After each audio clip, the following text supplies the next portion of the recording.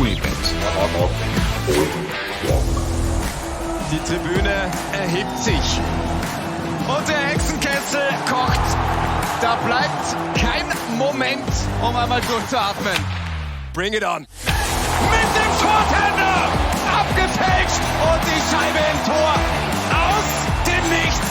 Wie schön war das gemacht. Unibet Hockey O'Clock. We're only a couple of days away of the opening of the 2022-23 National Hockey League season. And of course, the National Hockey League is very near and dear to Unibet Hockey O'Clock. And who better suited to talk a lot about what has changed, what we're all looking forward to seeing than Greg Holst. Coach, as always, pleasure having you on the pod. Very much looking forward to record this conversation with you and talk about the National Hockey League extensively.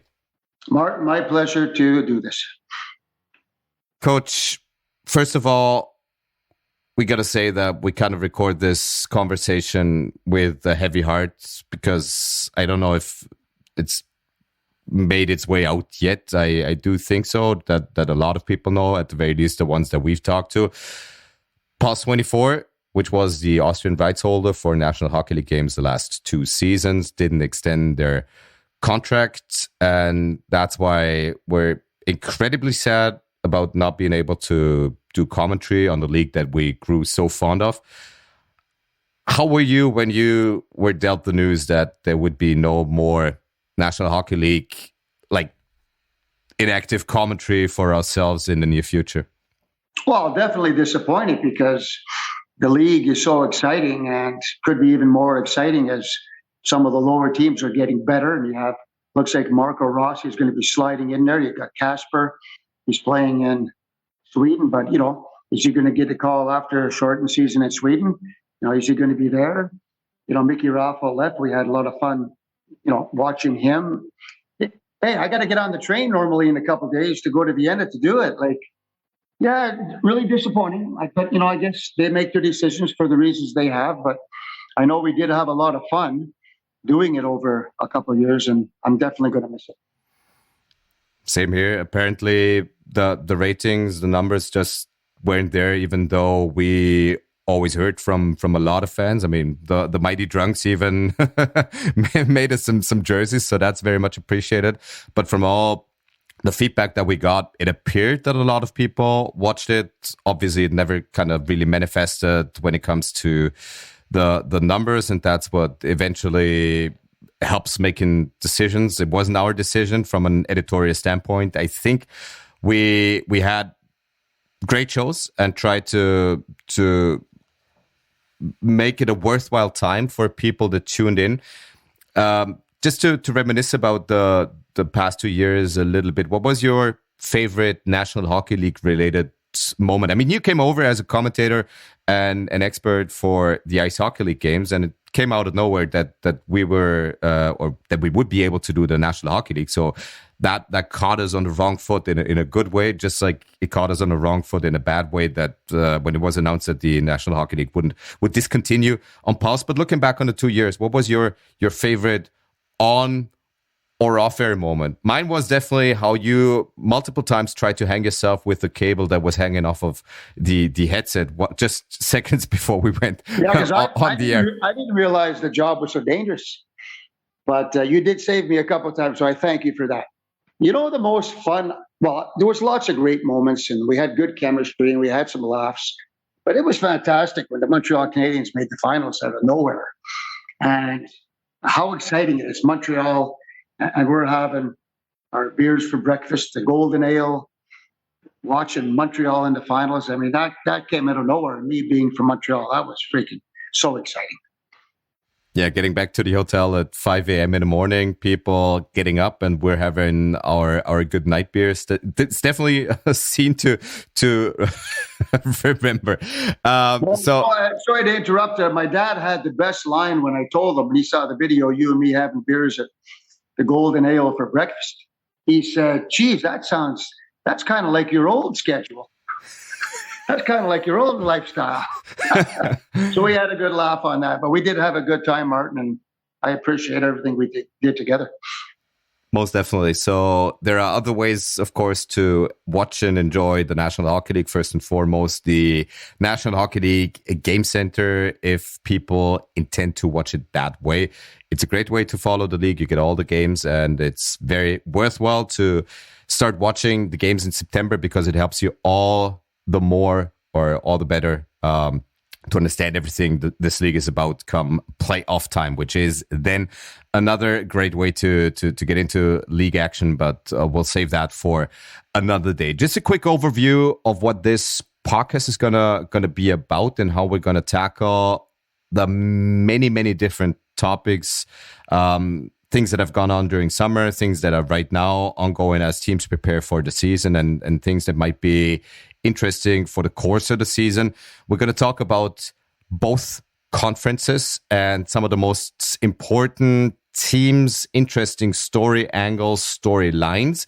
And in between this conversation of ours, we're going to hear from Derek Ryan, former Villach player, now on the Edmonton Oilers. An incredible journey as he made it to the National Hockey League in his late 20s, an age where people normally go the other way from the National Hockey League to European leagues.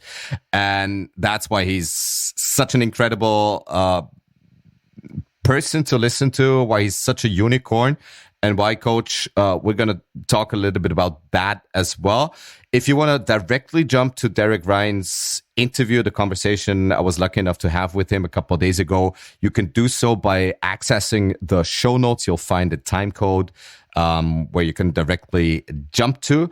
But we said, Coach, that we're first going to tackle the Eastern Conference, so there's going to be a time code for that as well in the show notes. Then it's going to be Derek Ryan's interview, and then we're going to talk about his Western Conference, or the Western Conference where his Edmonton Oilers are playing in as well. That's the rough overview, the rough outline of the next hour, 1.5 hours.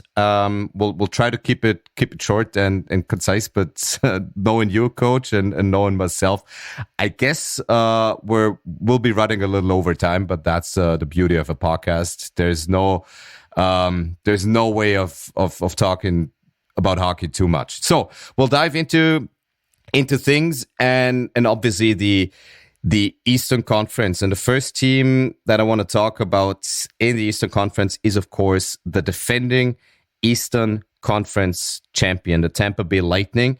Obviously, disaster struck these past couple of days in the Tampa Bay area because of Hurricane Ian. So I guess it's a less than ideal prep for the players, their families, the coaches, everyone in the organization. And you and I, we texted back and forth as Hurricane Ian hit. It's an area you know very well as well. 42 years. I had a home on Sanibel Island, as my mom and dad did. I spent 6-7 off seasons there, 4 or 5 months. Had an absolutely fantastic time. Good friends. I've been going to Fort Myers Beach for 42 years in Sanibel. Boy, it hit home really hard.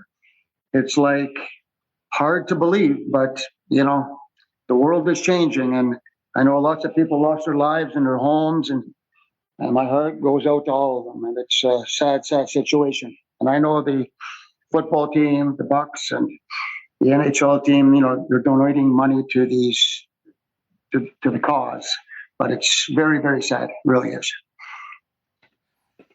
And then again, sports can be a kind of distraction when it comes to those topics, or this instance of Hurricane Ian really hitting Tampa Bay really hard. When we turn our attention to the sportive side, indeed, and the Tampa Bay Lightning and what they've done to remain competitive, the one question that first comes to mind is, how open is their championship window? They got close to a three-peat, an unprecedented one during the salary cap era in the NHL. But is their championship window still open? Well, it's funny because they say, you know, can they defy the odds? That's the line that you read a lot about, because they lost Palat, they lost McDonough, but they did make a couple of really smart moves. And the GM, Breezeball, is smart. The only thing that's really tough on these guys, you know, they had 8 pretty significant injuries in the finals. And you're going to need a month at least to recover. And you're going to have a 6, maybe max 2 month where you can really train your body. It's going to be really hard. The good moves they made, they picked up this Russian, Namestnikov. Namestnikov, sorry, yeah. And he's an unrestricted free agent. And he's a pretty good freaking player. So what did they do to cover for McDonough? They picked up Ian Cole, 33, smart, 1-year contract, $3 million. So that's a smart move. They got Philip Myers in that trade, big young defenseman. Hago they got in last year. Nick Paul they signed long-term 8-year contract. They've made some smart moves, really smart moves. Brian Elliott, backup goalie. They said he's going to get more games because 63 games was too much for Vasilevsky. But they're going to be in tough. But you got Stamkos, Kucherov, Point. Can they do it again? Can they defy the odds? I say it's going to be tough. It's going to be tough, but I tell you what, they keep on doing it. These guys have a lot of drive, so it's going to be a really interesting story. It's funny that you mentioned the Nick Paul contract because he was a trade deadline acquisition last year, and he really impressed during Tampa's playoff run last year. And you said they got to find a way to keep this guy. Now, obviously, it's an addition and subtraction game. They lost Andre Palat, whom we always marveled at as well. But they were able to keep Nick Paul at a very reasonable 3.15 million AAV. How big, how important can that contract become down the road as they try to extend their championship window? Well, it's huge because Nick Paul, in Game 7 against Toronto, he got both goals. And this guy, he was visible every freaking game, and he did play injured at the end. So it's a smart move for Tampa. And you know what it is? It's a really smart move for Nick Paul, too. He said, look, I could maybe go somewhere free agent, maybe pick up $4 million. I'm going to be with a really good organization for the next 8 years. I'm set for life. Smart move by the team and by the player. At the very top, when talking about the conferences, we're going to talk about the defending champions, which the Tampa Bay Lightning obviously are. And then we're going to have a couple more categories where you'll be able to slot in a team or two. But remaining with the Tampa Bay Lightning, it's very interesting when looking at the odds that we, of course, got from our good friends at Unibet. They aren't the favorite to win the Eastern Conference. Of all teams, that's right now the Toronto Maple Leafs. They're sitting at odds of 1-5.25. And the Lightning just, quote unquote, at 1-5.5. Is that something you might be able to argue why that's the case? No, I have Toronto having a big year. I have Toronto maybe going to the finals. Because you know what's funny? You talk about Washington's window. You talk about Pittsburgh's window. You talk about Boston's window, and their windows are getting, they're shutting pretty quick. They got max 3 years, probably 2 years. I'd say Toronto has a window of 2 years. And the reason I say that is because of Matthews.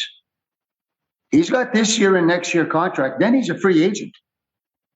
And that window, he might be gone, just like other guys have taken off. So Marner's got an extra year. So that window is 2-3 years for them to win, to get going. And I think what's happened, I think their mentality, I know they made a goalie change, which we'll touch on. I think it's become time where they've lost, 17 times in the first round. I think they're just going to put that on the back burner and say, let's just go for it.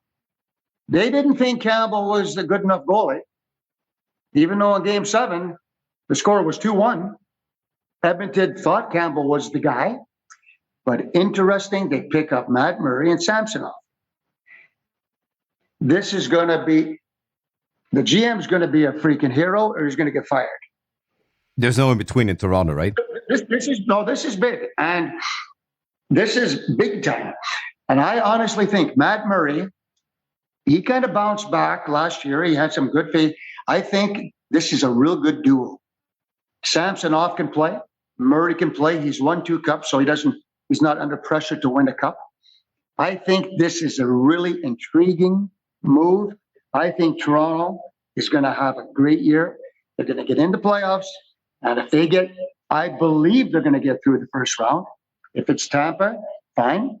And if they get through, the piano's off the back. Look out. It's interesting that you say Matt Murray is not going to have any pressure because he's won 2 cups. Not having pressure in Toronto, not possible. Well, okay, maybe I phrased it wrong, but it's not like up to him to have to win the cup. He has cups. He knows there's pressure. He took the pressure on. So he says, boys, bring it on. I can handle the pressure. I've won my cups. I know how good I can play. He did have a couple of good phases last year. And I think Samsonov, those 2 guys working together, a little competition, help. I think that's a good duo. And I think Toronto, this is going to be an exciting year for the Toronto Maple Leafs. That's my gut feeling.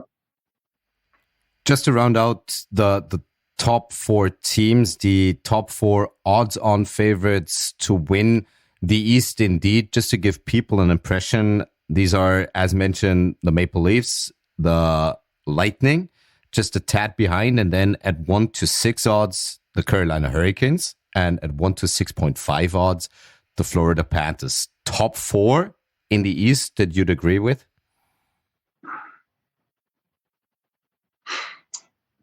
Carolina, 100%. Tampa, Toronto, Rangers, wish to Sturkin. Good choice. Dark horse, Pittsburgh. Okay, dark horse.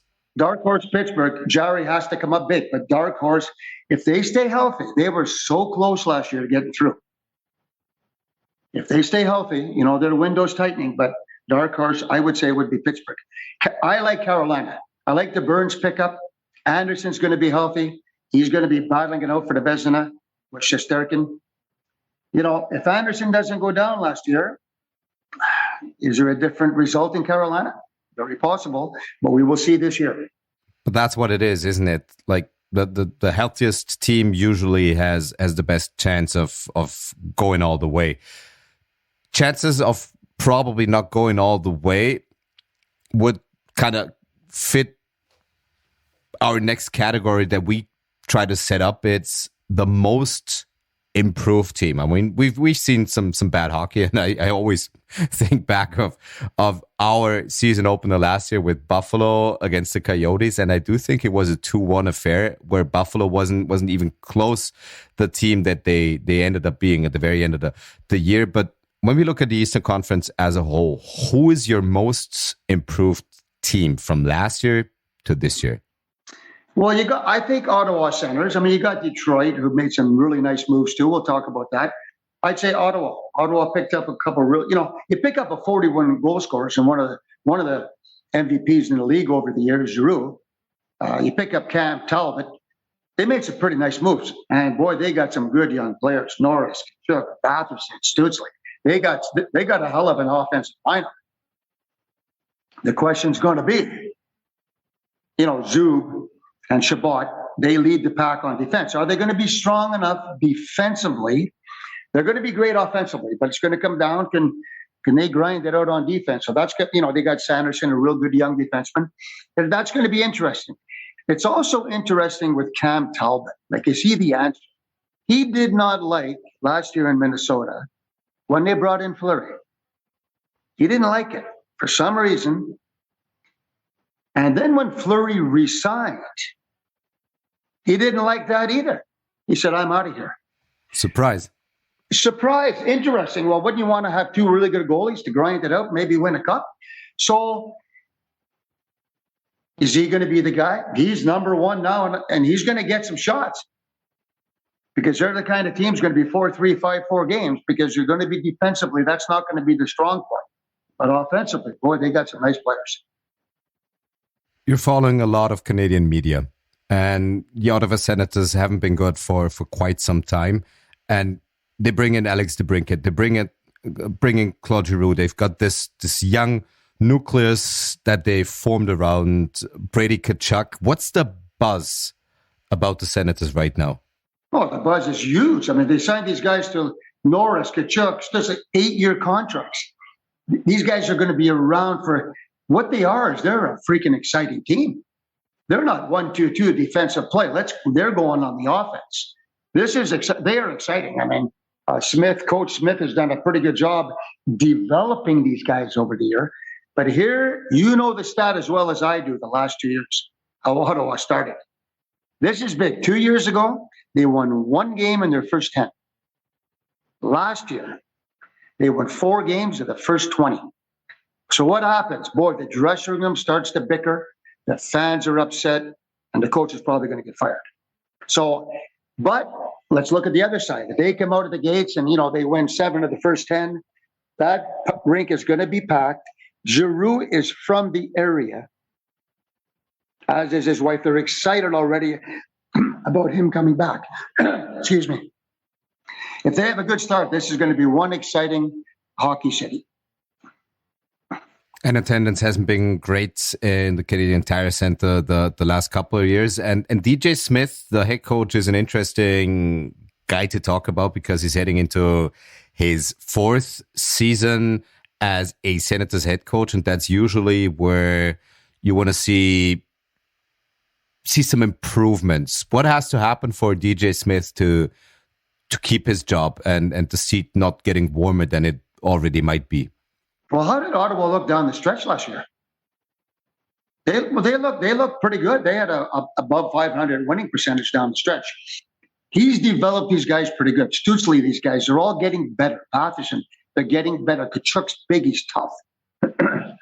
You bring in Giroux. To break it, 41 goals. He just needs a good start. They're going to have to make sure that those forwards are coming back hard as a unit of 5 to play solid defense to give Talbot a hand. They also signed Forsberg to a 3-year contract, I think yesterday or this week. 3 years, $2.75 million. Fits in good. So they got he's a real good backup goalie. So it's going to be about team defense. They're going to be offensively sound. They need a good start, and the city will be buzzing. They're going to pack the rink because of these new players coming in. So the coach's job is to make sure that they're defensively sound enough to go with the offense. So most improved team, the Ottawa Senators, very much looking forward to seeing them play. And we kind of created another category for a team that might come out of nowhere, might compete for a playoff spot, or even better. And we call it the dark horse kind of category. Who's going to be your ultimate dark horse team this upcoming campaign? Well, it's got to be Detroit. I mean, Yzerman's done a great job. You're picking up. They all said when they took Seider, what's he doing? Like, why is he picking this guy? Well, we all know the answer. Rookie of the year in the NHL. The guy's great. It's funny. My son Taylor, Jamie Benn was his most favorite player for the last 7-8 years. You know who his favorite player is now? Seider. I had to bring him a Detroit hat this year from Montreal. That's freaking hilarious. So, Seider, what a player. And what about Lucas Raymond? Another great player. So they got Bertuzzi, Fabry. Got hurt last year, but he's a real good player. They got a new coach, Derek Lalonde, 4 years in Tampa. They got this Simon Edvinston, potential defenseman. They pick up nice guys. Andrew Kopp, what a signing. I think he signed for 5 years, over $5 million. This guy's a player. I know he was in New York last year, right? And they wanted to keep him. But he got the nice deal. They got Husso, picked up a goalie from St. Louis, signed him to a 3-year, $14 million. David Perron, 2-year contract, just under $5 million. Ben Sherratt, 4-year contract. Oli Mata, they picked up some nice players to go with their young talent. This team is a dark horse. They're going to slide into playoffs, possibly with Ottawa. Is this kind of handwriting of Steve Yzerman that this team has got all over it? Just if you look at their recent drafts, I mean, Seider's been the number 6 overall pick in the 2019 entry draft. Now, you've already mentioned him, Simon Edvinsson, a Swedish guy, also the 6th overall pick 2 years later in the 2021 entry draft. Is defense and the stabilization of the D the key for Detroit to compete for a playoff spot? Well, it's kind of the key for every team. And you don't have to be unbelievable But you got good goaltending now. You got really good offensive players. But the guys they brought in are solid defensemen. Yeah, but you know what? Let me phrase the question a little differently. In the division that the Red Wings are competing with the Panthers, the Maple Leafs, the Lightning, the Sabres maybe as a dark horse, all being offensive powerhouses, are they even more dependent on stabilizing their D than other teams?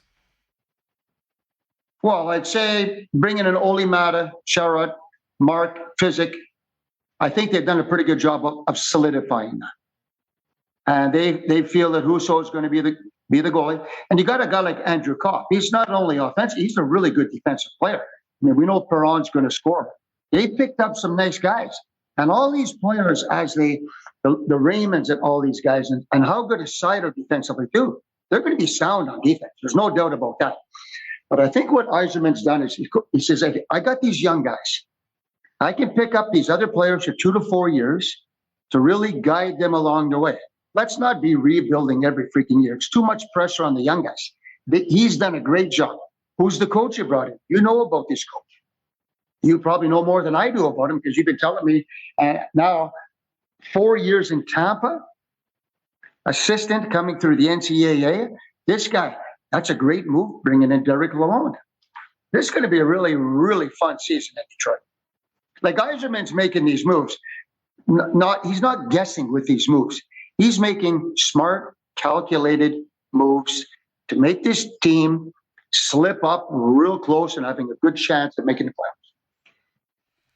And Derek Lalonde should be or could be a household name come November, December. He got mentioned here on Unibet Hockey O'Clock when a couple of months ago I was lucky enough to talk to one of his former players at the University of Denver with David Carl, who's now the reigning NCAA championship winning head coach. And he said he's going to be a good guy. And everything or almost everything coming out of the Tampa system the past couple of years has really worked out. And Yzerman, of course, knew him already as a part of the Lightning organization. So there's a plan in place for the right now. And there seems to be a very good plan in place for 1, 2, 3 years down the road.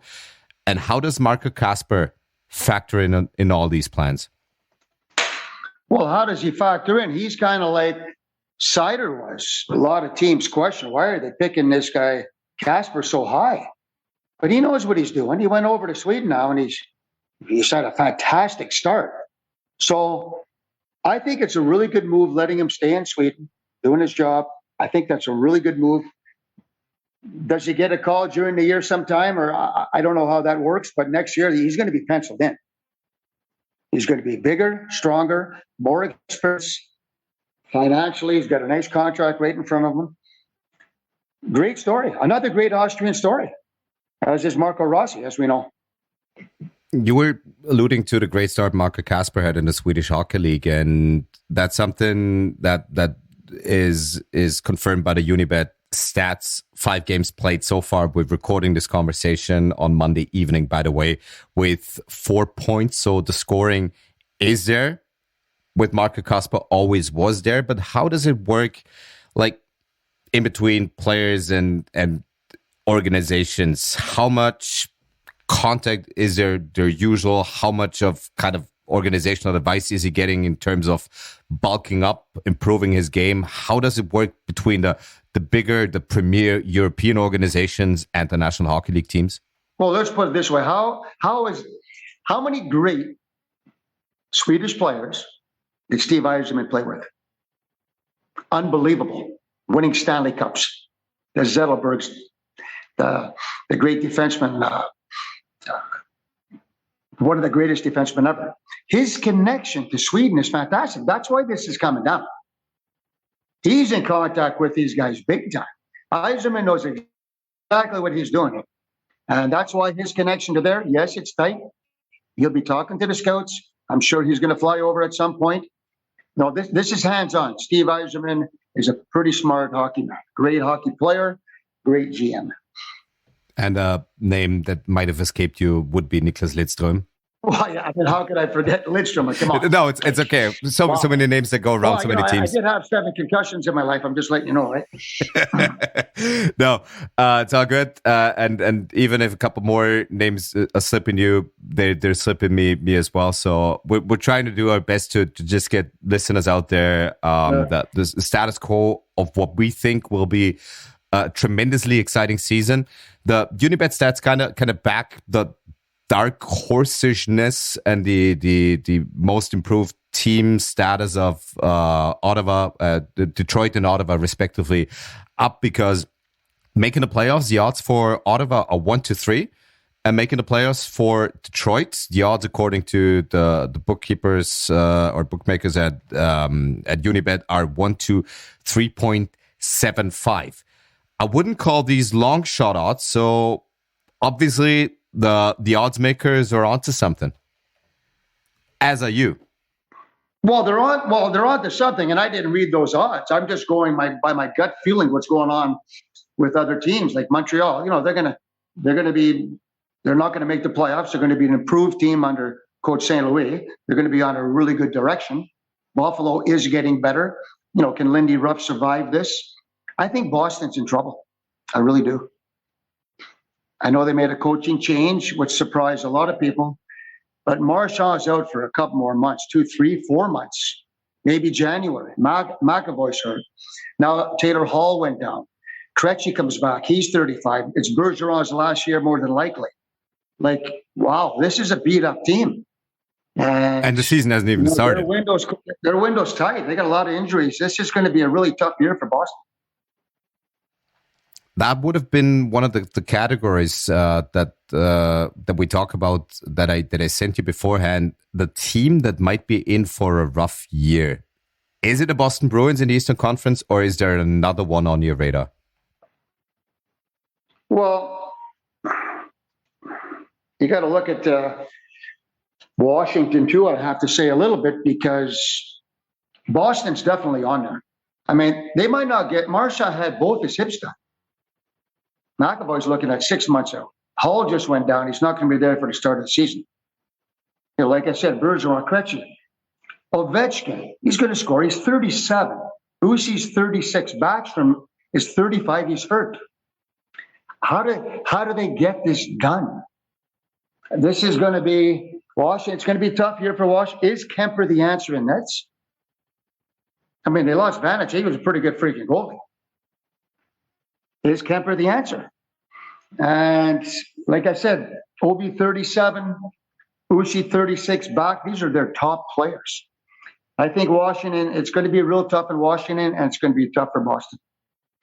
And you see, the difference couldn't be starker or more drastic. And according to our good friends over at Elite Prospect, the youngest team, as of right now, with the rosters that we're currently looking at, and some things might change up until the opening day for each and every team. But as of right now, as we look at this, on Monday, October 3rd, the youngest team in the league, the Detroit Red Wings, with an average age of 25.8 years, and the oldest team in the league, the Washington Capitals, with 29.9 years in age. And what is the league becoming year over year? Younger, faster, more skilled. Faster, skilled league. So you think Yzerman, even though he brought in Perron, who's older, Chariot's not that young, do you think he knows what he's doing? He's bringing in some veterans now to go with this youngest team. It's just another smart move on his part. Now, next year, you're going to throw in Casper in there. He's going to be bigger, stronger, faster. He's going to fit it. And you have experienced players. So this is why Yzerman, he started building that down in Tampa. Look what that ended up. And now he's doing it in Detroit. He knows exactly what he's doing. And his connection to Sweden is very strong. As you were mentioning, two teams in the team that might be in for a rough year category with the Bruins and the Capitals. If you had to pick one of the two, who's going to have the worst year?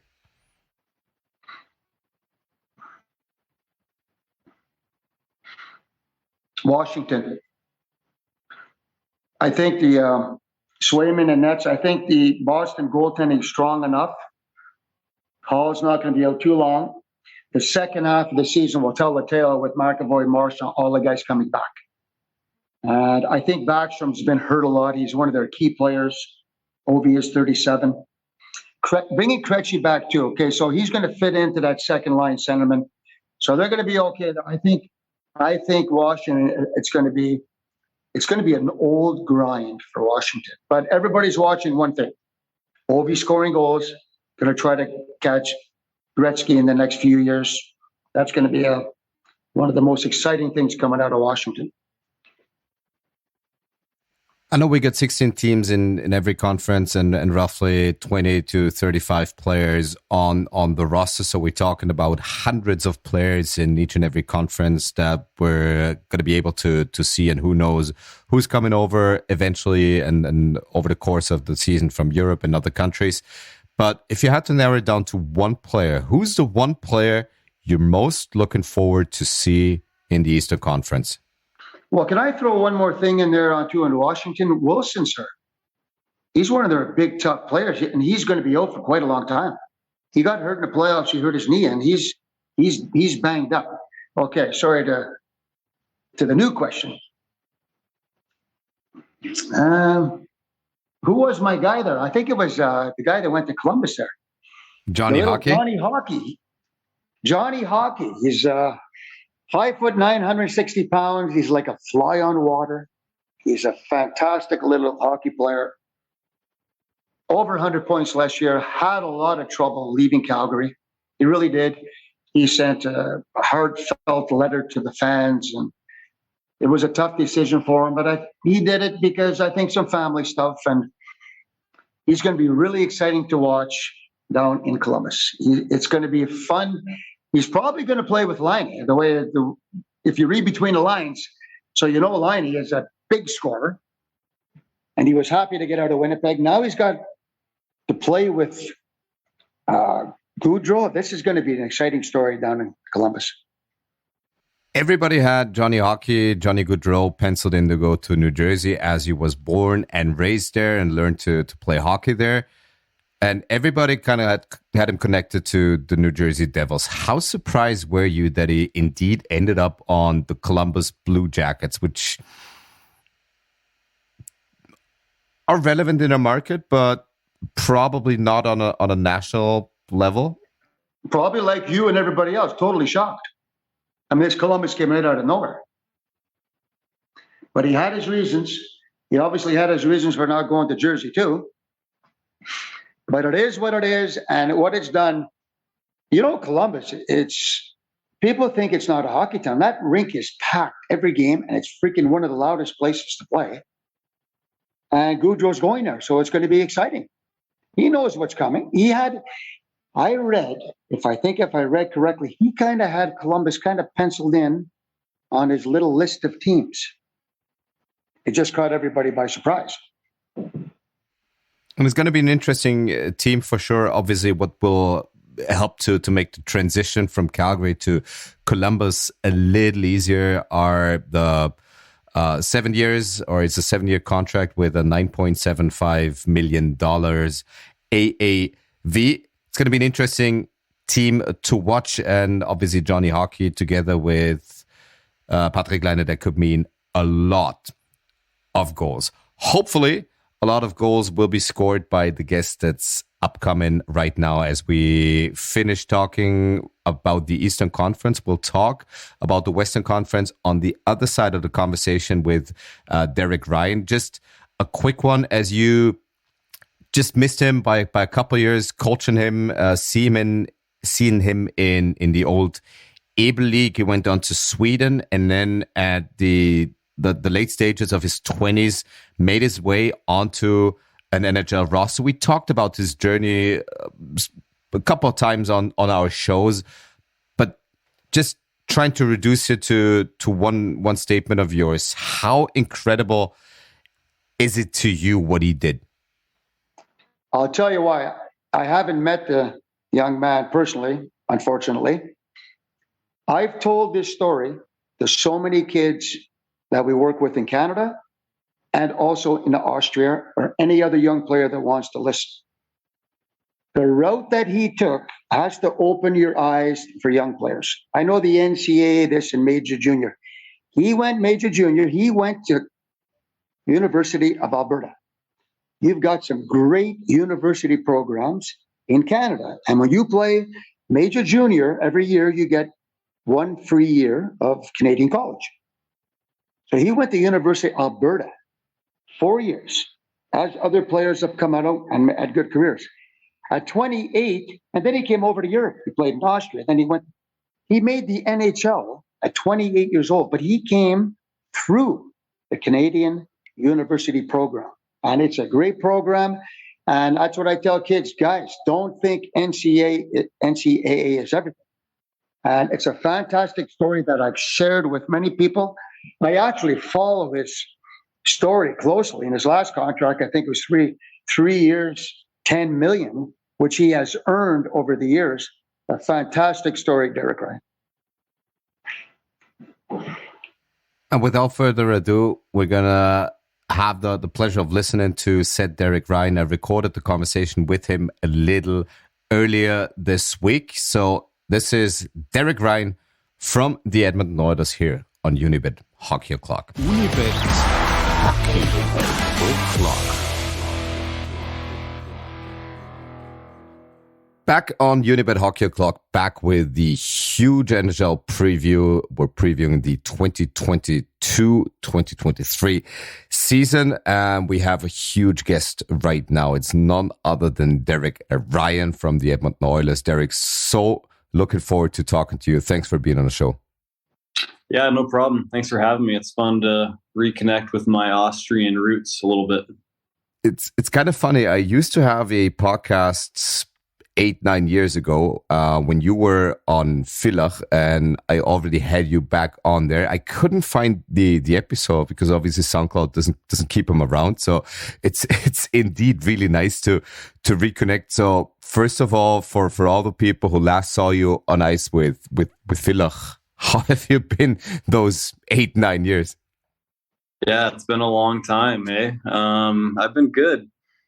Just grinding away here, playing in North America. It's been quite the journey. Kids are getting older. Zane, my firstborn, he's 8 now. He was born in Villach.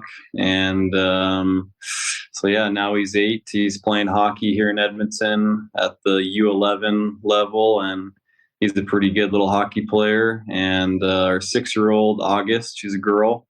She was born after our Austrian time, but she's getting older now too. And so, yeah, I've just been busy with family life, hockey, trying to be a dad, a husband, and all those things. So it's seems like it's been a long time since I was in Villach, but at the same time, it feels like it was just yesterday. It's kind of a weird feeling.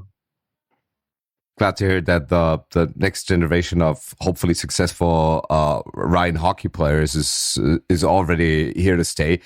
As you mentioned your time in Villach and everything that happened there, I vividly remember our conversation from back then where you said, well, of course, the NHL dream isn't over. And funnily enough, I hear that a couple of times here on the pod from players who are on the fringe of making the National Hockey League, and hardly ever anyone does make it. You are the exception, and you are one of the inspirational tales one has to tell when it's about realizing that dream. Is there ever a moment where you kind of try to sit back and think, fuck, I did make the National Hockey League? Yeah, often, a lot. It's pretty crazy.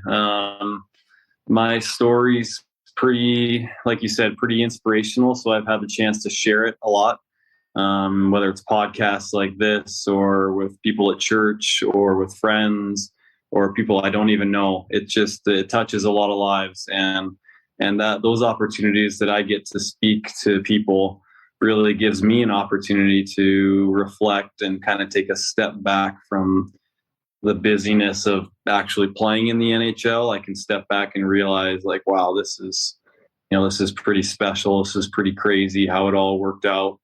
From Villach to Sweden to Charlotte to Hurricanes to the Flames to the Oilers. It's a pretty crazy trajectory. And like you said, there's not many people that get to realize that dream in general to play in the NHL. But for myself to go along the journey that I took and to not get to the NHL until I turned 29 makes it even more unique, more special.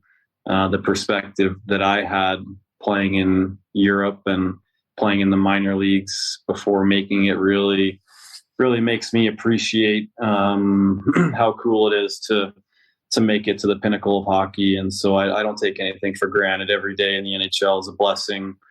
It's a special thing, and it's something that I'm happy to pass along to Zane and August, my kids, and other people that can be inspired by my story. It's fun. Now this is great, and obviously you've talked a fair share about all those kind of developments. It would have been kind of funny if you in your late 20s would have kind of qualified, not only qualified, but would have won the Calder Memorial Trophy for best rookie. Now, just thinking about getting to the National Hockey League at this advanced stage of your career, and how you got there. And we always talk about our league, the old EBEL League, which is now called Ice Hockey League, as kind of a stepstone league. No one would have ever imagined for you or anyone else to indeed get to the National Hockey League. You took another step in Sweden and then made it onto to the farm system and the Carolina Hurricanes, and that at an age where not a lot of people thought it would still be possible to make the National Hockey League. Now, if there's another player out there who has that National Hockey League dream, who doesn't think that it's over, is there one piece of advice that helped you to eventually make it that might be helpful for others? Yeah, that's an interesting question. I get that all the time, and I really reflect on it and try and answer it seriously, because it's hard. It's a hard journey that I went through. But I think that the one trait that allowed me to, well, one, make it to the NHL, and two, still be playing in the NHL at 35, which is hard to do. The one trait that I had that helped me to do that was being adaptable.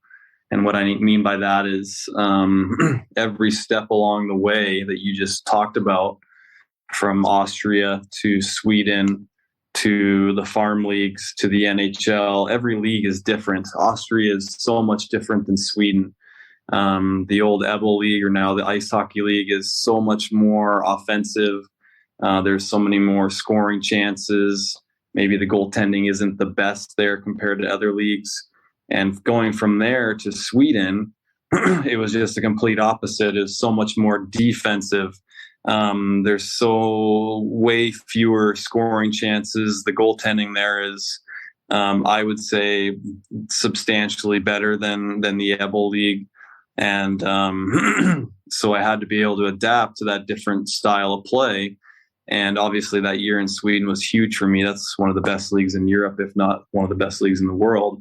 And so to go in there, adapt my game from the high-powered offensive game of Austria to the high-powered defensive game of Sweden, and lead the league in scoring and have a great year, and then move on from there to play in the American Hockey League, which is night and day different from European hockey. I'm sure Thomas Raffel can speak to that. It's a big change. The ice size is so much smaller, and there's a lot more physicality, a lot more grinding in the corners, a lot less transition scoring. It's just a lot harder and a lot different. I don't know about harder, but definitely different. And then obviously making the transition from the American Hockey League to the NHL is a huge change as well. So every step along the way, what I'm trying to say here is that I had to adapt and change my game.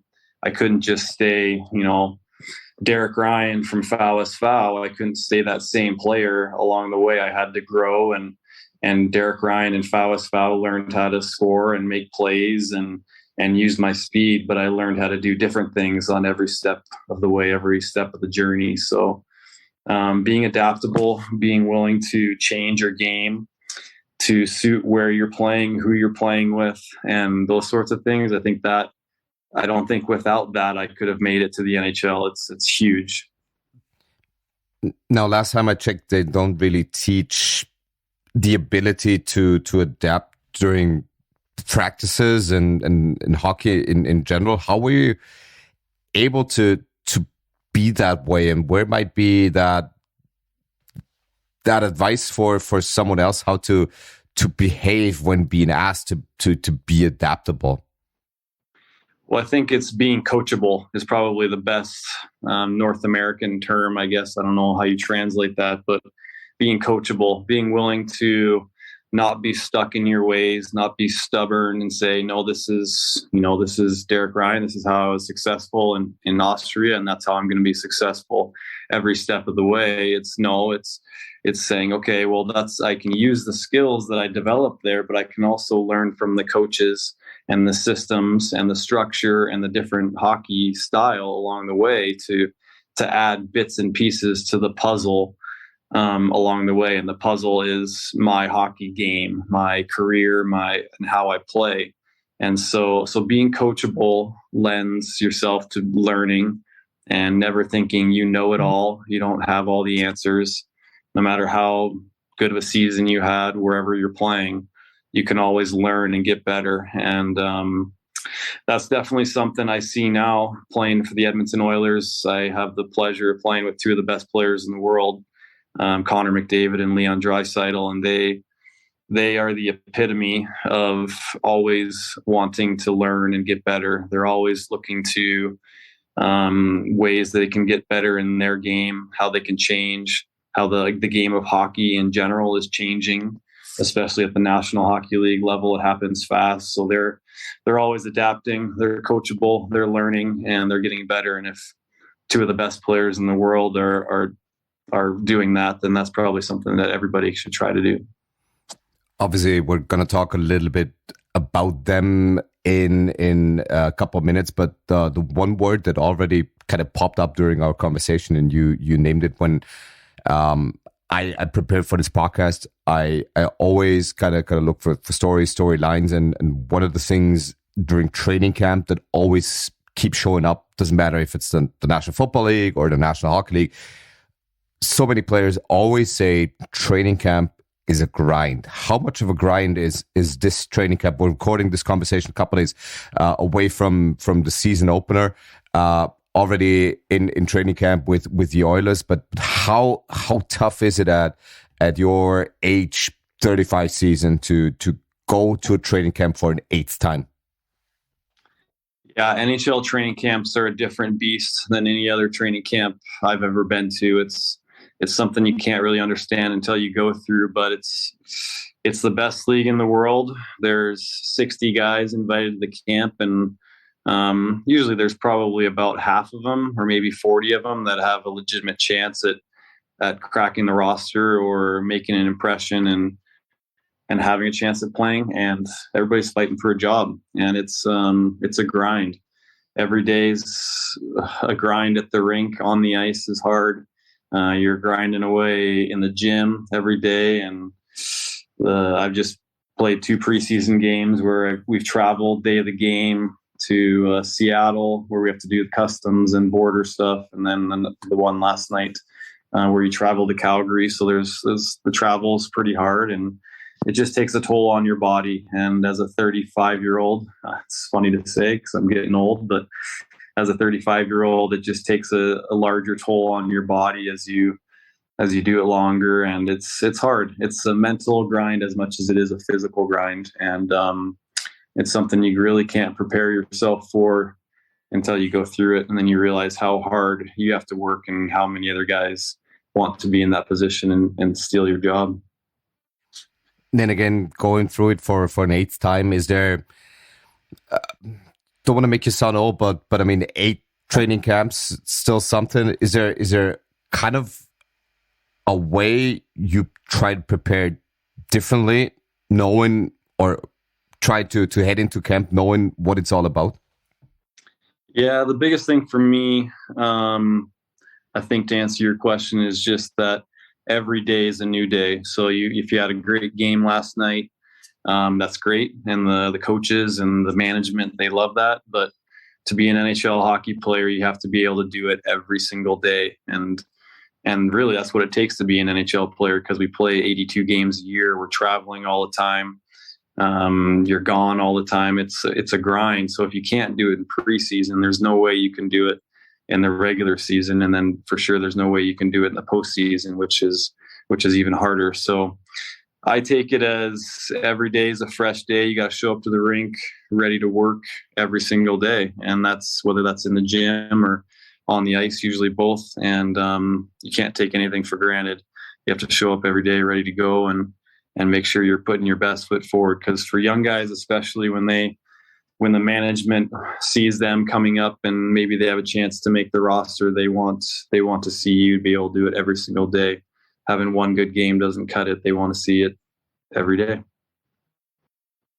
One of my questions obviously would have been just how much of an advantage was it for you to start out in the minors? We see it with obviously a lot of young people on the roster anyways. For a lot of people, it's the way to eventually get the recognition of management when they're playing well in the minors.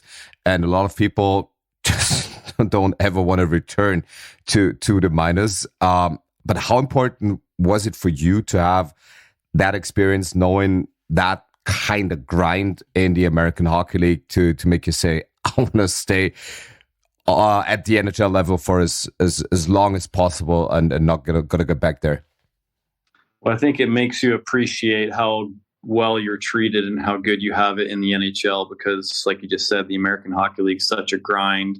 The rink situation, the food situation, everything's so many levels below the NHL, that once you get to the NHL and you have the private flights and the fancy hotels and the big cities and the fancy rinks and the big crowds all the time, everything, the list goes on, you never want to go back. So I think that it's a good way to bring kids up. You know, they start in the American Hockey League and they realize, okay, this is pro hockey. They learn how to be a pro every day and come to the rink and take care of themselves. But then when they get a taste of the NHL, they appreciate how awesome it is to be at the pinnacle of hockey and to be at the top. So, and they also realize how much hard work it takes to stay there. So I think it's a great system. It works. A lot of guys that work their way up through the system realize that. Obviously, my journey was even more different coming from Europe, but I definitely have the sense of appreciation for the life in the NHL, for how well we're treated. Now, given the situation in the National Hockey League, I mean, getting there is one part, staying there the other. And obviously, if you go down there, a dozen players vying for that kind of roster spot, and I know, taking everything into account, it's hard to kind of build long-lasting relationships and friendships. But is there ever a moment, or was there ever a moment where someone was like, your journey to the National Hockey League is unique, where people try to talk to you about this? Yeah, all the time. I mean, I get guys coming up to me all the time that didn't even realize, you know, what my journey was to get to be in the NHL. And then there's some guys that whatever did their research or they've heard about it or whatnot, and they know already. And lots of guys want to talk about it. You know, they want to hear about how was it living in Austria? How was the hockey there? How was Sweden? How was the hockey there? You know, what kept you going? The normal questions that I even get in interviews, it's the same in just a normal conversation. It's because it's an inspiring and unique thing that when that happened, and that led to me going on that journey. So people recognize that and realize how special it is.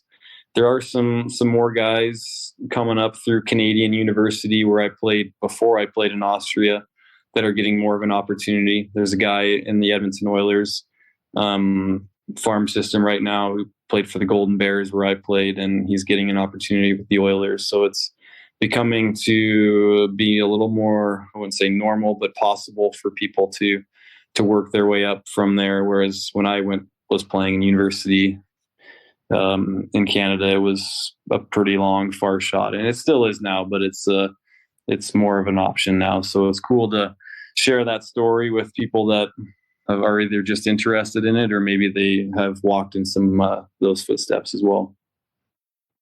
I want to get back to what you just said at the very end of this conversation. As we're getting more players from the CIS system over here in Austria as well, Folge, where your good friend Dylan Stanley's coaching, is one of the places that brings in a lot of people from the Canadian university system, so to speak.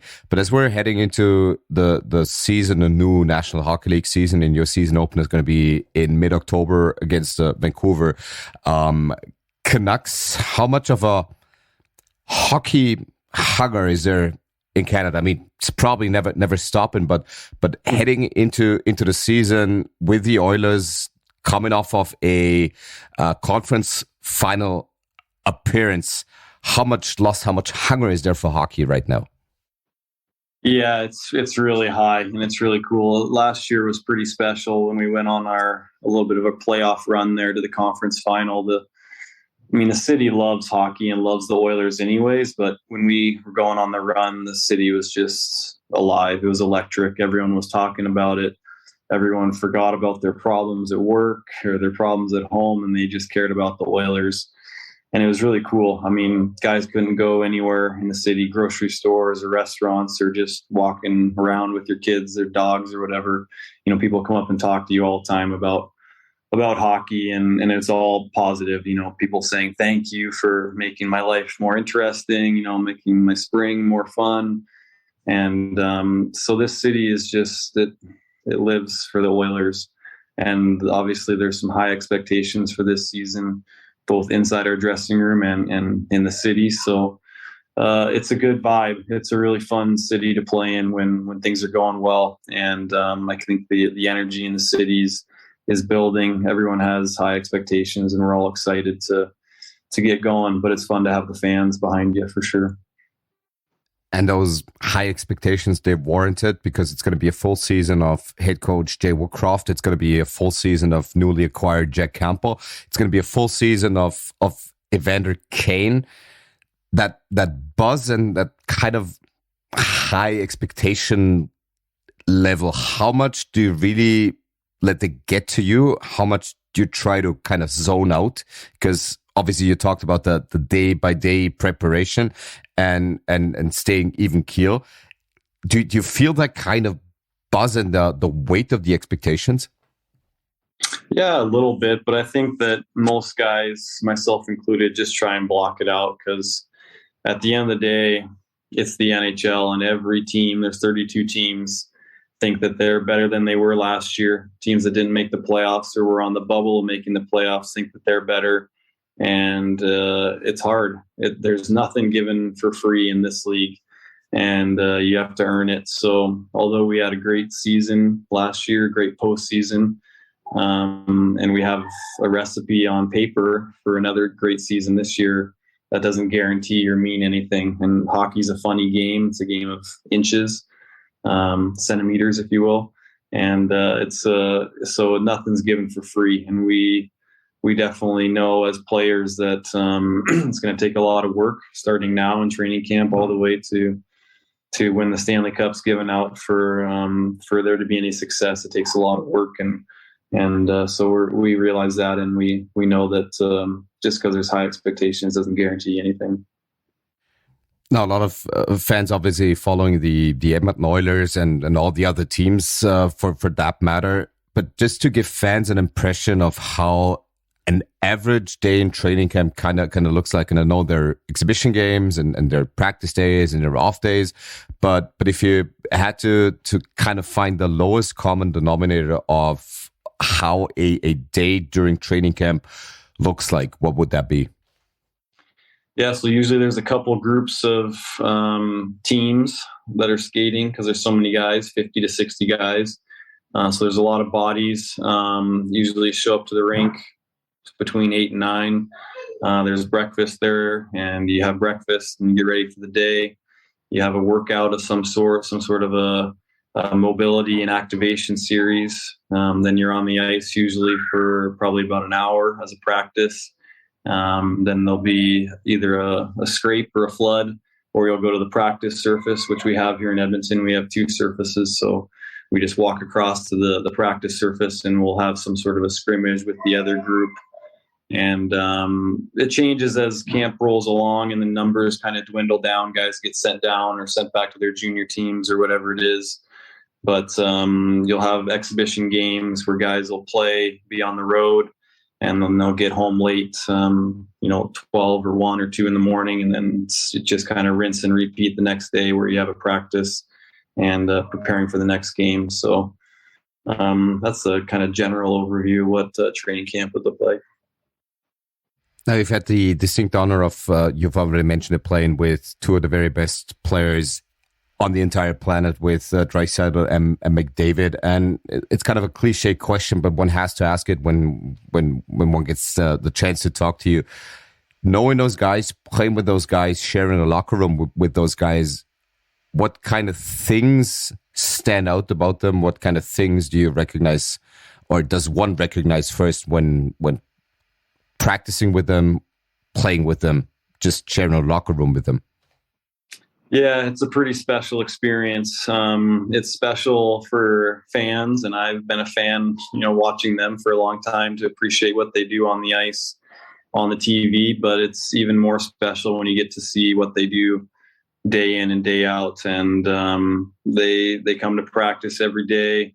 They're the 2 of the hardest workers. They're always trying to get better, and just watching Connor, especially as he's on the ice, is pretty special in practice. He skates so well, he stick handles so well that he's just so much better than everyone else. And it's so obvious when he's playing games, but you can see it in practice too. He skates circles around everyone, and it's a pretty special thing. It's cool for me. My kids are getting a little older, so they can appreciate it.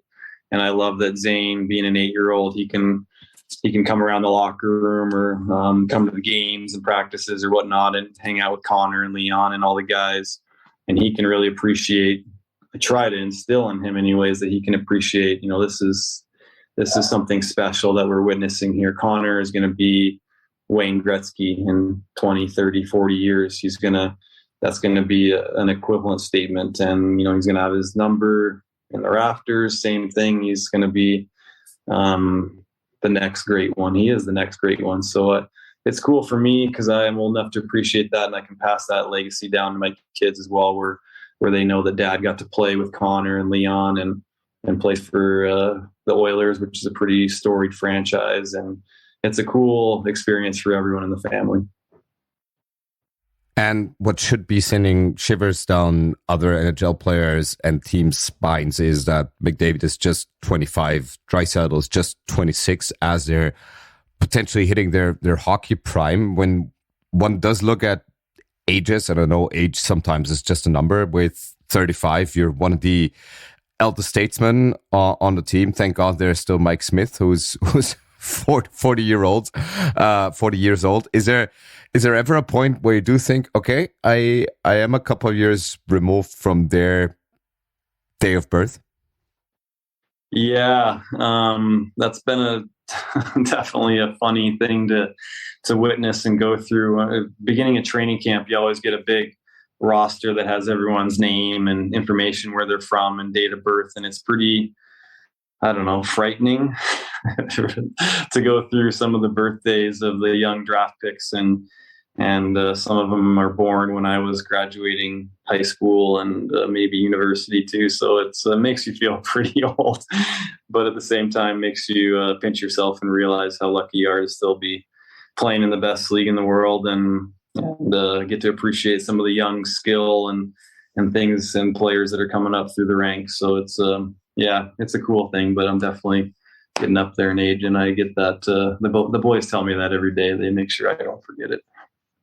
Of course, kids wanna, or those kids in the locker room are obviously reminding you of that. I want to kind of round this conversation out in 2 parts, and one of them is a very sad one that obviously we have to talk about. I vividly remember seeing the very first clip of little Ben Stelter entering the Oilers locker room and just being don't want to call him a motivational kind of tool device, but he's been one of the very good things that happened to the Oilers along the way. Obviously, his young little body being cancer stricken, and the Oilers being one of the inspirations for him. Sadly enough, he passed away this off season. You guys, it appeared from afar, fed off of what he brought to the team. Now that he's sadly past, how difficult is kind of that situation for the team, and how much more do you want to make it work for him, knowing what he brought to the table? Yeah, it's sad for sure. I think it's the biggest thing for us is that it brought so much perspective to us. There's these kids that were dealt an unfair hand, if you will, and it's cool for us to be able to make their life a little bit special when we can. And Ben's life was obviously way shorter than anyone would want it to be, and he was dealt a very hard hand of cards, and it made us smile and happy, and obviously made him smile and happy too, if you've seen any of the pictures and videos, to just bring a little bit more joy into his life. And I think the team and the players and the staff and everyone did a great job of bringing more than just a little joy into his life. They made him feel special, that he meant something, that he wasn't just going down this dark path alone, that he had friends with him to take care of him, to be there to pick him up, and nobody would wish the therapy and things that he had to go through on a young boy, or anyone really, but especially a young child. So it's just motivating and inspirational for us as players, because we realize how lucky we are to be in our position. I have 2 healthy kids, and that makes me feel pretty grateful for that. But it also is nice to show them, sometimes other people are in hard situations, and it's always good to help them out and make them feel better, and kind of take their hand a little bit and help them along their journey. Because as much as we helped Ben helped us, tenfold, if not more. So it's a cool story, and I think it was a great thing that all of us did and were able to take part in. And for everybody who doesn't really understand what we just kind of talked about, just look up Ben Stelter, look up the impact that he had on the Oilers, and vice versa. It is indeed an inspirational tale, and a lot of people are still pulling for the Stelters, and obviously the Edmonton Oilers play La Bamba, baby, right? So to round this conversation out, and I'm so appreciative that you already took such extensive time. Just looking at your career trajectory, and with your little son already lining up to be a future NHL star, hopefully. Knowing your journey from the CIS to the EBEL to the Swedish Hockey League, and just knowing the system, and knowing how many people are involved, and how many of them are constantly scouting and grading and whatnot. What's the one thing that if there ever happens to be another Derek Ryan, shouldn't be overlooked, that was maybe overlooked for too long? What's your kind of advice to scouts of the future? Yeah, that's a really hard question, because scouting is not an easy job. It's not an enviable job of mine. I know there's lots of kids out there that have a lot more skill than I do, and it's easy to see that on the ice, and it's harder to see, especially in practice or whatnot, the competitive drive, the coachability, the things that kind of the cliches of hockey, but the things that you can't really put your finger on that make a good player a great player. And so I think that the biggest thing is to, try and look at a player's ability to learn, to be coachable, and to adapt. And also, you don't have to be the flashiest player in the world to make it to the NHL. You have to be great in lots of different aspects. And I know scouting is a hard thing. It's not easy to envision players in different leagues and how they'll do, but I know there's a lot of players that do get overlooked, like you said. So it's hard. You want to do things to stand out, but I think that the biggest thing that helped me along my way was that I had coaches that liked me and appreciated me, and I wouldn't have gotten the job in Székesfehérvár if it wasn't for the coach at the U of A that liked me and gave me a strong recommendation. He could have recommended, 3 or 4 guys from that Golden Bear team. But instead he said, no, Derek Ryan's number 1. You should take him. And they did. And the same thing could be said for Örebro from Sweden that took me from Filak.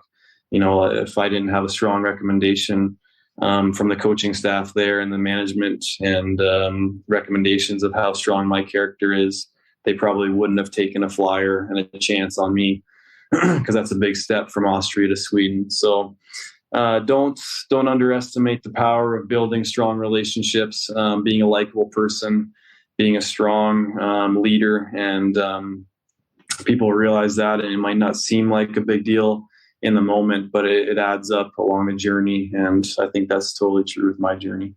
Couldn't have put it better to round this conversation indeed out. One of the inspiring tales of hockey, and obviously a lot of people from Austria still pulling for you. Wishing you all the best for the upcoming season. I know it's going to be a grind, but we're approaching 30 years of Canada not having a Stanley Cup team. Maybe that's going to change with the Edmonton Oilers this time around. Wishing you all the best for the season. Yeah, thanks a lot. Thanks for having me on. It was fun. Unibet Hockey O'Clock.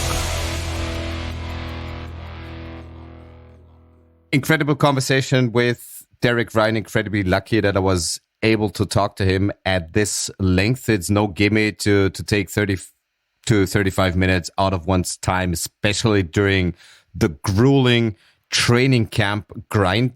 A lot of things that we could talk about regarding the conversation, coach, but the one thing I want to hit on a little more is maybe one of the hidden traits in all of hockey, because he talked about being adaptable. Is adaptability underestimated? Does it need more attention, more focus? Well, it's just like in life. You have to adapt to situations in your life, and sports is no different. You play on a small rink, North American size. You play on the big rink in Europe. You have to adapt. You have to adapt to a new system from a coach. You have to adapt when you're playing top 6 minutes in Europe. Now you go to the NHL, you're playing bottom 6. You're killing penalty. You have to adapt to the situation because it's your job. This is not about scoring goals and stuff. Your job is, you have a contract, whether it's in Europe or whether you have to adapt to the situation so you can prolong your career. You got to be mentally strong. They have to have a good hockey IQ, which he obviously has. We're still talking about him here, I feel like. So his story, you have to adapt. Every coach, you have to adapt to.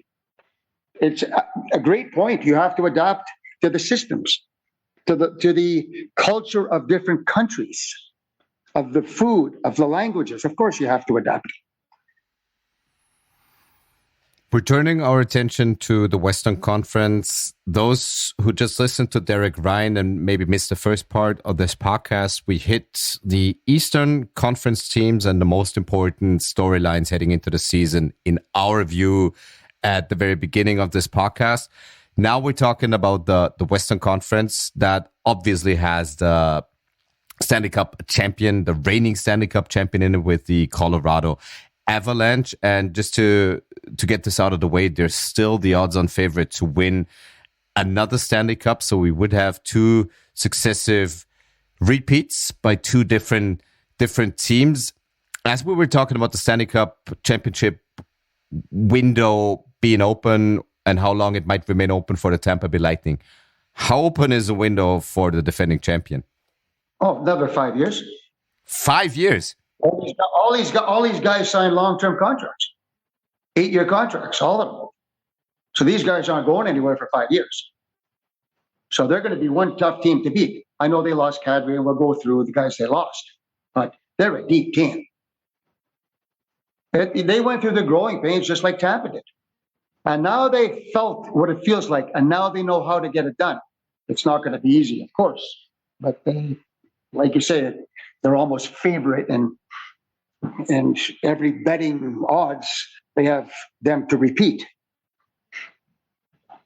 Yeah, the odds, just to break it down for the Stanley Cup, are 1 to 5.5 for the Avalanche, and then the next best odds are for the Maple Leafs. I'm sure Maple Leafs fans aren't going to like hearing this because they might think this is a kind of attempt to jinx them. But whereas the Avalanche are 1 to 5.5 favorites in terms of the odds, the Maple Leafs are a distant second with 1 to 10 odds to win the Cup. What does that gap say about the quality that the Avalanche possess? Well, we saw it on display last year. Big, strong, talented. Their goaltending is good. It doesn't even have to be fantastic. They're so deep. Look at their defensemen. You got Makar, Taves. These guys are going to put up maybe 190 points again this year. And that little Girard was hurt. He's back. This guy's a great little hockey player. He's got the shortest stick in the history of hockey. Him and Dennis Maruk. I played against Dennis Maruk. He scored like 50 goals. He had the little stick. And Girard has a defenseman. Sorry, I'm talking. Every time I see him play, I said, he's got a child's stick. But boy, does he use it well. McKinnon's going to lean the pack. Just signed the richest contract in the history of more than McDavid and earned. So I'd say this team's going to be around, but it's not going to be simple. If you think about last year, the one team that could have beat them, if Kadri doesn't run Binnington in nets, that game could have gone 7 either way. Okay, so they lost Kadri this year, right? Okay, let's throw that in, and they lost a few guys. Do you want to talk about the players they lost? You know who they are. But how good were they without Girard? And Kadri only came in later in the playoffs. He was hurt. And they signed Rodriguez, a good signing. Good signing. Got him for the right price. He's going to score 15, 20 goals. He's a nice little fit. They lost Kadri, Burakovsky, Nico Sturm, Kemper in nets. So they signed Georgiev from the New York Rangers in net. Good, solid defenseman. Picked up Rodriguez, Landeskog, Makar, all these guys, all long-term contracts. 5, 6, 7-year windows open for these guys. I vividly remember talking about the Avalanche because they, I think, were the odds-on favorite at the start of the last season as well. And we always ended up talking about the goaltender duo with Francouz and Darcy Kemper. Obviously, it turned out to be a Stanley Cup winning goaltender duo. But now it's Alexander Georgiev who came over from the Rangers. Did they get better or did they get worse in goal? I'd say they're probably close to being the same, pretty similar. The goaltending is going to be good. It doesn't have to be Vasilevsky. It doesn't have to be Shesterkin. They're going to be, they're not going to get 40 shots a game. And these guys have their best defense. Makar has the freaking puck all the time. Or Taves does. Or Girard does. So they play 70% in the freaking offensive zone. So these goalies have to be ready to make the key save at the right minute. This team, is Makar going to... How old is Makar? 23. Incredibly enough. No, exactly. Is this guy going to get better? Probably. He's going to be sniffing around MVP more than likely for the next 10 years. And Taves, what a trade picking up this guy. You think he's excited? And now Girard back. It's an exciting team. If you look at McKinnon's stats, they're freaking unbelievable. He's got 1.33 points in 70 playoff games. Third behind Gretzky and Lemieux. Not a bad company. 648 points, 638 games. Not a bad combo. Gretzky, Lemieux, and McKinnon. And he signs for, $12.7 million for the next 8? Because he's been underpaid for the last 5 years. And he's only 27. So a lot of 27. Great hockey left. Okay, let me say the windows, maybe 7 years. Because these guys all have 7-8 year contracts. So as McKinnon goes, the Avs go? As McKinnon goes, he's the big machine up front. But you got to throw McCart in there. You got a machine coming from the back, and you got a machine going hard up front. And it's McCart and McKinnon. And there you have it. Just listening to you, Coach, kind of proves why the odds for the Stanley Cup or for repeating to win a Stanley Cup are so good for the Colorado Avalanche. Just want to put some things in perspective for listeners that might be interested in some other odds. As we heard from the Edmonton Oilers and their preparations from the horse's mouth, in that case, Derek Ryan himself, the Oilers are seventh right now in terms of odds with 1-17 to bring a cup to Canada for the first time since the 92-93 season. So we're indeed approaching 30 years of Canada not having a cup-winning team. And just on the other end of the scale are the Arizona Coyotes, with odds of 1-501 to win a Stanley Cup. But the Coyotes, they do have very different issues than most of the 31, I call them professional organizations. In case you just might get enticed to maybe put a wager on a thing or two that we just mentioned, Unibet has a special offer for all new customers. It's a 400% welcome bonus. Just use the promo code hockey minus bonus while putting in 10 euros into your new account for the first time and receive 40 euros for free. That's right, for free. More details, as usual, in the show notes of this podcast. Unibet, by players, for players. And Coach, when talking about the Western Conference, we of course want to take the same categories or talk about the same categories that we had when we talked about the Eastern Conference. And I want to know your most improved team in the Western Conference. Well, even though it's a veteran team, it's the most improved for what they've done. And I'm going to go with the Winnipeg Jets. Why? Signing Rick Bowness as a coach, played there, coached there. That's number one. Paul Maurice left last year in the middle of the season. He left for a reason. That's my gut feeling. He said they need a new voice. They needed more than a new voice. They needed a new culture. They needed a new dressing room. Even though the players say they talked to Bowness, he said, no, the rooms, no. They need, something has to change on that team. Culture, the dressing room. I mean, they took off the captaincy of Blake Wheeler. I mean, how often? That's a gutsy, ballsy move from Rick Bowness. Scheifele, I read, he didn't like that move. Well, Scheifele, you haven't been playing that great. So maybe you should shut up and fucking have a good year. Excuse my language. But that's how Bowness, maybe, did he talk like that? I don't know.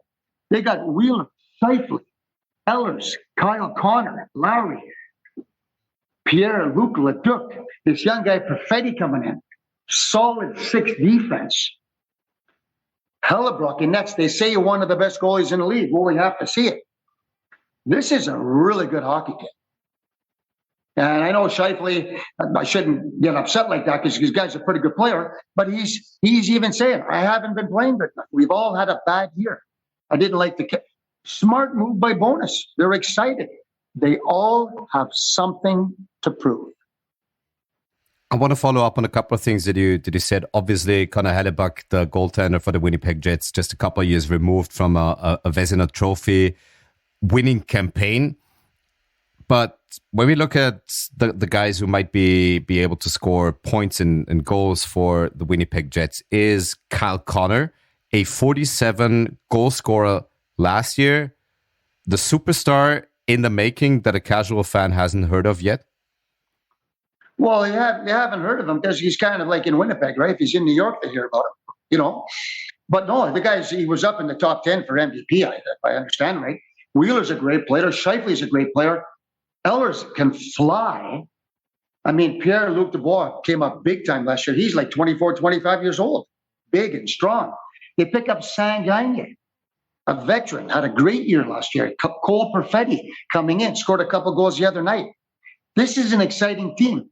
But what did Rick Bowness say? We have to play better for our goalie. We have to play better team defense for Hellebuck, and they got David Rittich, nice backup goalie. They got to change the culture, the dressing room. The players know they had a bad year. Hey, Winnipeg's a great place. I know it's cold in the winter, but the fans love hockey. This is a hockey town. This team has something to prove, and Rick Bowness is the right guy to go in there. And for him to take the captain off Blake Wheeler, that is one gutsy move. Because if you remember correctly, is there something to it, even though the players say, oh, no, our room's good? Why did Patrick Laine leave? He said he wasn't treated good by a couple of the big players here. And, okay, read between the lines. He left because something was not right in that dressing room. And why did Paul Maurice leave? He wasn't a new voice. He knew he could feel something in the air. How fast did he jump on the job in Florida? He felt it was time because he knew something wasn't right in that dressing room. And I think Rick Bowness is the right guy to go in there. I'm surprised because when he left Dallas, he said, I'm 67. I think it's time to go to pasture. And all of a sudden, he gets this opportunity in this phone call. And he jumps on me. He's kind of got me thinking, should I maybe be coaching again? But just to elaborate on that a little bit, and we of course know Rick Bowness a little bit better because Mickey Raffel always told us about him, and we got some insight on him. Is he one of the top 3, top 5 culture changing head coaches in the NHL? Yes, because he's been around through the old school, the new school, this school. He's really calm. He's been assistant coach for years. He's been head coach. He did a pretty good job in Dallas when you think about it. He went in there. I mean, they were close to getting to the freaking semis. So he's kind of gone through the old school, the new players coming in. He's really got a calm demeanor. I think he's going to call a spade a spade. And what do players want? Players want to be told the truth. And he said it right up front. We got to change our culture. We've got to play better defense for our goalies. And the players themselves have all said, we owe our fans something because we did not play good enough last year. That's why this team is going to be one of the most improved, because they all have a chip on their shoulder. And this could be a freaking dangerous hockey team. If it indeed happens, their odds of winning a Stanley Cup, they're getting more long shot-ish with 1-66 odds, but that might be a bet worth taking. But obviously the bully in the room in the Western Conference, of course, is the reigning champion, the Colorado Avalanche. We talked about most improved teams now in both conferences, of course. We also have to talk about dark horse teams in both conferences. Who is a team that not a lot of people have on their radar right now, but should be having them on their radar come March? Well, I think you got to keep, I know Winnipeg, a bit of a dark horse, yes, but Minnesota or St. Louis, Colorado's going to have their hands full with St. Louis. There's no doubt about that. St. Louis is not going away. What, they have 9 or 10, 20 goal scorers last year? I mean, they're going to keep coming. They lost a good goalie. Let's see what happens. Minnesota, Fleury's number 1 goalie now, signed. Okay. They were close last year. Fleury wants this number 1 job. They were a really good team last year, well coached. And of course, a little bit of, Cinderella story, Marco Rossi being there. It kind of adds a little bit of, something to us, you and me. But Rossi, we're working here in Austria, and we followed him so closely. And it's a fantastic story, what he went through. So a little bit of sentimental stuff there. But I think Minnesota, they were close last year, and they ran out of steam a little bit. But I think they're going to be an exciting team to watch. I mean, obviously, labeling them a dark horse, even though they made the playoffs last year, despite their first round exit, is not too brave an act of of you. But keeping. Well, can I throw in another dark horse that people probably aren't going to talk about? Of course, you're allowed to do almost anything here on the pod. It's going to be Vegas, right? Can Coach Cassidy turn them around? But the problem is, they made a bonehead move getting rid of Fleury, as a couple of other guys. And then Lehner goes down. He's hurt for the year. So they've got three young ripple goalies. effects ever since, yeah. Logan Thompson leading the way, 3 young goalies. Can Eichel have the big comeback year? They've lost a lot of pieces to get him. Can Stone stay healthy? The place is packed even right now when you're watching the games. It's an exciting place. Can the goaltending, that's a dark horse if you want a dark horse right there. In the bright lights of Vegas, it's a dark horse. Very well put. So we kind of got 2 dark horses with the Golden Knights and the Wild. And I want to remain with the Wild just because of the fact that Marco Rossi seems to have a really good shot of making the opening day roster. We were lucky enough to do commentary on his debut game in the National Hockey League, and it's probably still sending chills down your spine because you remembered your first time touching National Hockey League ice. But when Marco Rossi trained in Vorarlberg in summer, and his dedication as usually showed, and his work ethic and everything else, one thing comes to my mind first when thinking about the past couple of weeks, the past couple of months, him leaving for North America. He said, "I'm not heading over there to make any new friends." Is this the right attitude, or phrased differently, does this have to be the attitude when going to your first or second NHL camp? Well, 100%. And it's hard to do. But he also said, too, as the GM Guerin said, yeah, we have Rossi kind of penciled in, but he has to prove it and he has to make this team. And Rossi himself said, I have to make the team. There's no gimmies. And that's why his determination is second to none. Can I tell you a story about that? A friend of mine, Al Kerr, played in the NHL. He was 16 years old, average player, junior, 17, a little better. He penciled in all the guys on the right wing. Okay, who are the guys on the right wing? WHL. Oh, those 4 guys, not a chance. I'm going to beat the shit out of those guys. And he did. He went to the NHL, Islanders. He went in, Detroit. He looked training camp, no friends. He said, okay, there's 6 guys. Okay, he was physically fit. He was tough as nails. He said, 1, 2, those guys are not going to take my job. And he fought freaking most of them. Played in the NHL, ended up scoring 20 goals in the NHL. Great career. Yeah, determination. You don't have friends going to camp. You can go out to dinner once you make the team. And he's going to have to because he's a rookie and he's going to have to take the boys out quite a bit. And he's going to make the team. My gut feeling is he looks great. That attitude is absolutely fantastic. And that's an attitude that a lot of other players should follow. But still rookie duties, so it's going to be interesting to see how he handles that as well. Anyhow, needless to say, we're pulling all the available thumbs for Marco Rossi and really looking forward to seeing him play, and hopefully he's making that opening day roster for Minnesota. The Wild, your dark horse for hopefully maybe even a deep playoff run. But on the other hand, there's also in the Western Conference in our categories the team that might be in for a rough year. Who would that be for you as we stand here right now? In for a rough year, it could be Vegas, the dark horse. It's going to be either really good or they're going to be in trouble.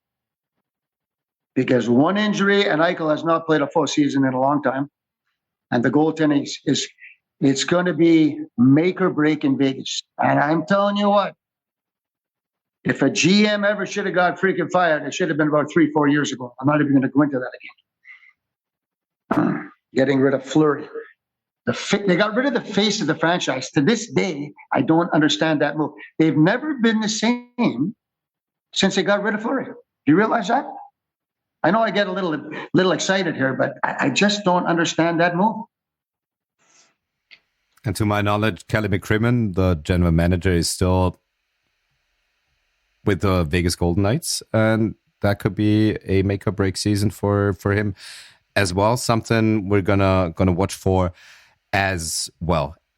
Anything to add in terms of teams that might be in for a rough year? We've heard about the Coyotes with 1 to 501 odds of winning a Stanley Cup. Yeah, you know where I'm a little bit concerned? Not concerned, but yeah, I guess concerned because I don't live far from Vancouver. You know, they've had a rough camp. I know Boudreau's in there they had a great record when Boudreau came in last year, but they're sure off to a slow start here in training camp. They haven't won a game. Seattle's beaten them twice. Seattle has improved. They're going to be one gritty freaking team.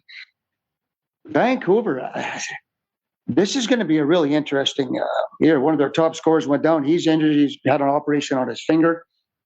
That's a tough loss. Can Peterson bounce back? He was absolutely unbelievable in his rookie year. They signed Miller to a long-term big contract. Surprised to many, they didn't trade him.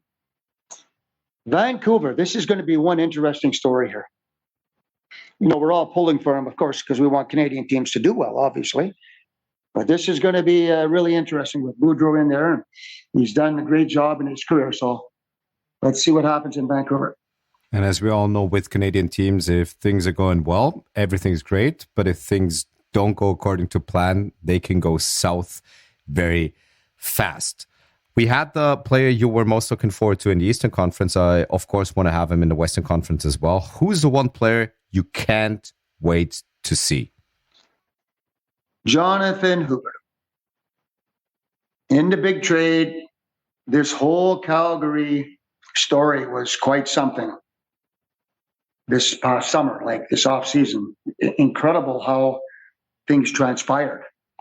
Losing Tkachuk, losing Gaudreau, 200. At least Tkachuk told me, so look, I'm not going to sign long-term, so he traded it. So at least he did say that. Gaudreau left, but it was hard for him to leave. But the moves that the GM made are absolutely incredible, getting Huberdeau. And troubling, the GM, he flew right to Montreal to speak personally to Huberdeau. And that was one of the key turning points. You want to have an eye-to-eye contact talk with your GM and your player, and here's our team, here's our plans, here's our goals. How do you like it? And Huberdeau liked what he heard, signed an 8-year extension for big money. Everybody thought he was going to go to Montreal. So that meeting, wow. And Huberdeau signing was huge. And who follows after that? Kadri is going to sign with the New York Islanders. This is just about carved in stone. Well, I guess it wasn't carved in stone because he signed a 7-year contract, $7 million a year in Calgary. So 2 fantastic moves, losing 2 fantastic players. Great move by the GM.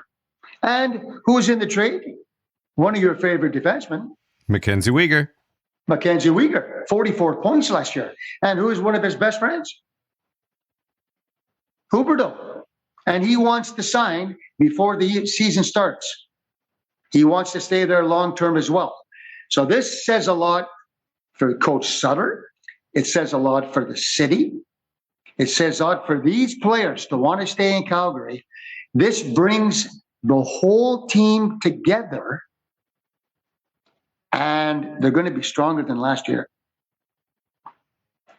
This rounds out our conversation about the 2 conferences. I want to round out our conversation, and it's been more than an hour worth of insights and opinions and hopefully fun stuff with a rapid fire round. I'm going to give you an award, and you're just going to give me a name, the name where you think, as of right now, that he has got the best shot of securing the award. We're going to start with the regular season MVP, the Hart Memorial Trophy. That's going to be? Matthews. Interestingly enough, according to our good friends over at Unibet, he's only second in terms of odds. The favorite is Connor McDavid with 123.75 odds, and then it's Matthews with 125.5. So there might be some value there for all the people interested. Well, can I make a comment on that? Sure, McDavid. Sure. You could pick it. I could pick him every day, every year. But I think Matthews might score 70 goals. But you see, that's where your opinion comes in. Yes, but Toronto, they have, it's an understatement to say they have something to prove. And if Matthews stays healthy, he's going to get 60 again, if not more. That's why I'm picking him. Hey, how good is McDavid? The guy's freaking fantastic. But Matthews could get 70 goals. Who won MVP last year? Matthews. Why not back-to-back? He's got a chip on his shoulder as big as a freaking elephant. I mean, we'll see, and we're about to find out. After you've named your MVP, we're going to indeed keep this a rapid-fire round. I'm just going to give you the name of the trophy, the award, and you're going to give me one name of the player you think has the best shot of winning it. Calder Memorial Trophy for the Rookie of the Year. It's going to be close between Owen Power, Buffalo, and Beniers, Seattle, but I'm going to go with Owen Power. Jack Adams Trophy for the Coach of the Year. Rick Bowness, Winnipeg Jets. Norris Trophy for the Best Defenseman. Pretty hard not to take Makar. Rocket Richard Trophy for the guy who scores the most goals. Matthews. And last but not least, Stanley Cup champion of the 2022-2023 season. Calgary Flames. Ooh, there is indeed a Canadian team hoisting the cup in your estimation. You forgot one of the trophies. The Vezina. Oh, pardon me. Vezina. Carolina. Anderson. Nice one. Stupid me, of course. The goaltenders, Rodney Davies would probably kill me, and deservedly so. But talk about why you think this might be Calgary's year or a Canadian team's year. Well, it's going to be very difficult. I can honestly tell you that. There's no doubt about it. But I just think the moves that they made strengthened the dressing room because Tkachuk did not want to be there. Gaudreau did not want to be there. So all the players that saw them leave, Huberdeau at 115 points. He's going to play with Lindholm. He's one of the best passers, 85 assists last year. You lose Tkachuk, 100 points, tough, gritty. You bring in Kadri, 87 points, I think it was last year. Great playoffs, gritty, tough. Weegar, great defenseman, wants to stay. So these players, by them signing long-term contracts, what are all the other players in the dressing room saying? These guys want to stay. They're not just coming in here, we're going to flip them at trade deadline. That dressing room is now tighter. And that's why I think, and what did Markstrom? He's a great goalie. He did not have a great playoffs last year. He knows it, and he's got a chip on his shoulder. He's going to bounce back. Calgary is going to be a really good team this year. I'll leave it at that. Thank you so much for elaborating and enlightening me and hopefully a lot of listeners on the upcoming National Hockey League season. Shame that we can't really cover it, but we're trying our best here on Unibet Hockey O'Clock. Always fun listening to you and your takes. Really looking forward to doing the local leagues hockey games with you very soon. It's going to be a fun season. Martin, really fun talking. Yeah, we're going to miss the NHL. There's no doubt about it, but we're going to be watching a lot on TV. But thanks very much for the interview. Enjoyed it.